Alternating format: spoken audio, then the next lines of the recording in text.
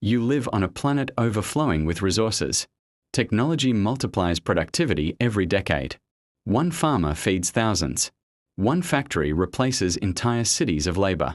Computers create value out of thin air. And yet, most people live paycheck to paycheck. Governments claim there's no money for schools, hospitals, or housing.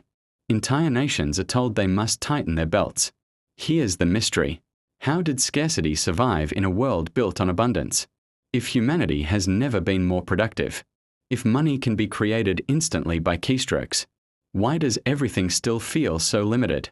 Tonight, we're not just asking why money feels scarce. We are uncovering something deeper. What if money was never scarce at all? What if the feeling of shortage was designed, carefully, intentionally, to control behavior, labor, and power? To understand this, we have to go back to the beginning, not to coins, not to gold, but to debt, and the moment money stopped being a thing and became a system. Origins, when money wasn't the problems. Before banks, before governments, before paper bills, money wasn't scarce. In early civilizations, Mesopotamia, Egypt, Indus Valley, economies ran on real production. Grain, livestock, labor, land. Trade existed, but it was grounded in physical limits. Scarcity was natural. If crops failed, people went hungry. If resources ran out, growth stopped. But here's the key detail most history books skip. Money did not begin as coins. It began as records of debt. Clay tablets, ledgers, IOUs. Temples and palaces tracked who owed what, usually in grain or labor. Money was not wealth. It was an accounting system. This mattered, because accounting can be manipulated in ways nature cannot. When coins eventually appeared, gold, silver, copper, they solved a problem, trust. You didn't need to know someone to trade with them. But even then, money represented real effort already spent. For centuries, scarcity made sense. Until one invention changed everything. The turning point, banks discover creation. Medieval Europe. Trade expands. Cities grow. Merchants move across borders. Carrying gold is dangerous. So goldsmiths begin offering storage. They issue receipts. At first, these receipts are honest. One receipt equals one pile of gold. But then someone notices something. Most people don't come back for their gold at the same time. So the goldsmith lends some of it out, issuing extra receipts. Then more. Then far more. This is the birth of fractional reserve banking. And here's the silent revolution. Money is no longer something you earn first. It's something that can be created as debt. 1 unit of gold now supports many claims. The illusion works, as long as people believe. Scarcity no longer comes from nature. It comes from permission. Who is allowed credit? Who is denied it? Who must borrow to survive? This is where the system quietly shifts. Money stops being a neutral tool and becomes leverage. The rise, scarcity by design. Fast forward to the 17th and 18th centuries. Central banks appear. The Bank of England. Later, the Federal Reserve. They promise stability. They promise order. But they also centralize something unprecedented. The power to decide how much money exists and who gets access to it first. Governments no longer create money directly. They borrow it. From banks. With interest. This single design choice changes everything. Now ask yourself, if money is created as debt, and every unit must be paid back plus interest, where does the extra money come from? It doesn't. Which means someone must always fall behind. Scarcity becomes mathematical. Not because resources are limited, but because the system requires shortfall to function. This isn't a flaw. It's a feature. Scarcity keeps people working. Scarcity enforces obedience. Scarcity prevents questioning. And the more productive society becomes, the tighter the system must feel. The illusion perfected, from gold to nothing. For a while, gold restrains the system. You can't print gold. But war is expensive. World War I, World War II.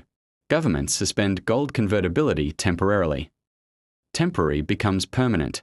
By 1971, the final anchor is cut. Money is no longer backed by gold. It's backed by confidence. By law. by force, by belief. From that moment on, scarcity becomes entirely artificial. Money can be created instantly, but only for some. Banks get liquidity. Markets get bailouts. Corporations get rescue packages. People get debt. When crises hit, governments always say the same thing: there's no money.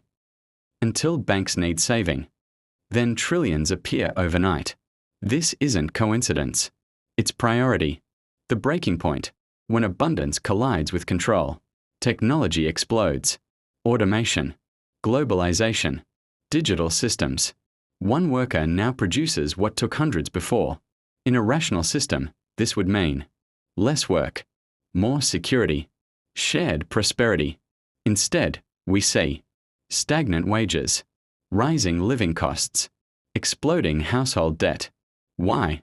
Because abundance threatens control. If people aren't desperate, they negotiate. If they aren't scared, they question. If survival isn't tied to wages, power shifts. So scarcity must be preserved, not through lack of production, but through financial bottlenecks, credit scores, interest rates, inflation, asset inflation. Money flows upward, debt flows downward. The fallout, permanent pressure. Look around today. Record global debt, government, corporate, personal. Record wealth concentration. Record productivity. And record anxiety. People blame themselves. I didn't work hard enough. I made bad choices. I fell behind. But the math says otherwise. When money is created as interest-bearing debt, someone must always struggle. Scarcity isn't the result of failure. It's the mechanism of enforcement. And the most powerful part? The system feels natural, unavoidable, like gravity. Failed fixes, patching a designed problem. Every generation proposes solutions. Higher wages, stimulus checks, debt relief, universal basic income. But none touch the core. Because scarcity isn't caused by policy mistakes. It's caused by structure. You can't fix a system designed around debt scarcity with surface reforms. Temporary relief only resets the cycle. More money, more debt, more inflation, more control. The problem isn't spending.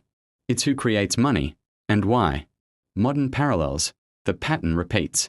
Every financial crisis follows the same script. Expansion. Leverage. Collapse. Rescue. The public hears. We had no choice.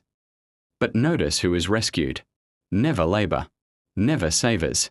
Always institutions. Scarcity tightens after every crisis. And each time, people accept it as necessary. This is how artificial scarcity survives abundance. Conclusion. The reveal. So here's the truth we delayed until now. Money was never scarce. Scarcity was introduced the moment money became debt and centralized. The feeling of not enough is not a law of nature. It's a design choice, a psychological tool, a control mechanism that turns abundance into obedience. 3 takeaways. First, scarcity is no longer economic, it's political. Second, debt-based money requires struggle to exist. Third, abundance without access still feels like poverty. Final thought. If money can be created infinitely, but relief is always limited, then scarcity isn't about resources.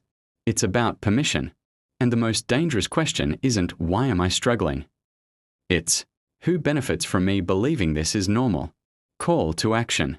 If this changed how you see money, debt, or scarcity, subscribe. Because once you see the system, you can't unsee it. And the next story gets even closer to the truth they never teach.